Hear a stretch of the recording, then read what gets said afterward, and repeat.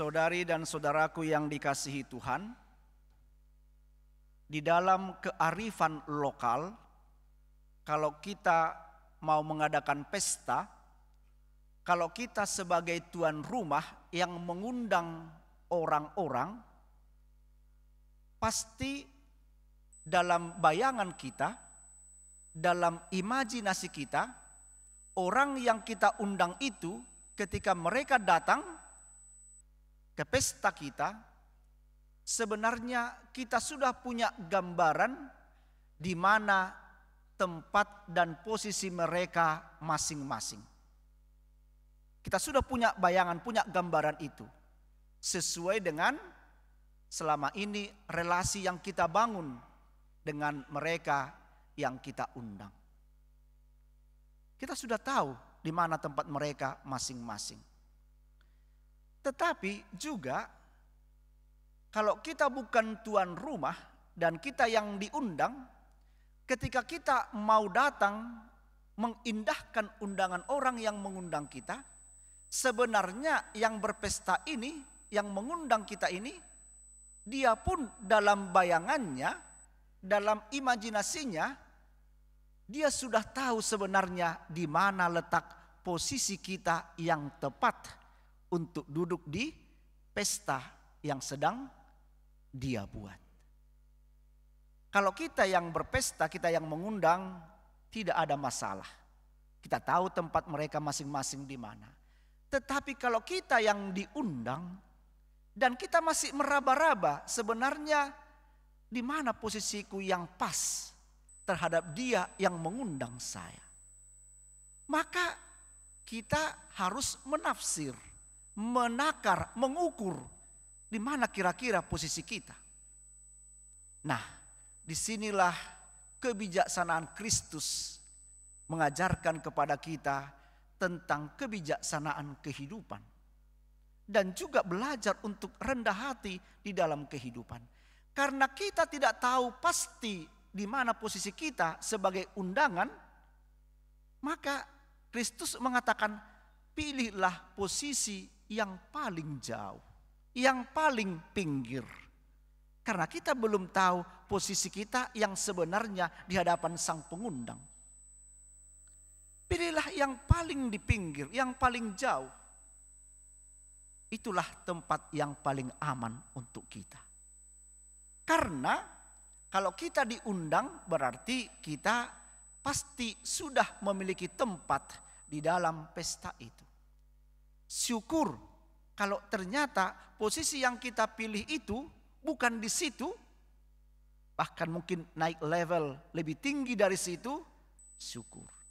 Tetapi kalau kita terlampau percaya diri, ada sedikit arogansi, kita ambil posisi yang mungkin tengah-tengah atau mungkin mendekati tuan rumah, kita ambil di situ, ternyata tuan rumah merasa level kita tidak di situ.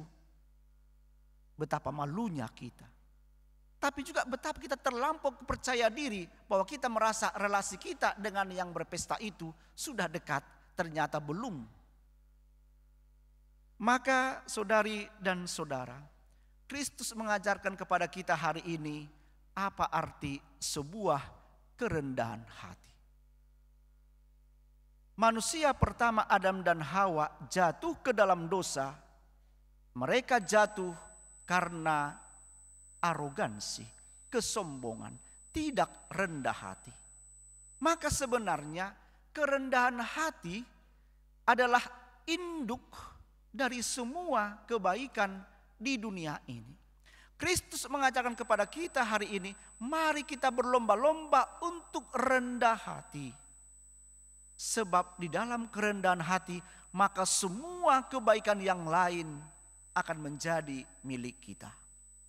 Menarik, kerendahan hati dalam bahasa Latin, kata aslinya itu adalah humus atau umile dalam bahasa Italia. Humus itu adalah tanah subur. Maka memang setiap orang yang rendah hati akan menyuburkan kebaikan-kebaikan yang lain di dalam diri kita. tanah humus, tanah yang subur, maka semua tumbuh-tumbuhan bisa bertumbuh dengan baik, segar.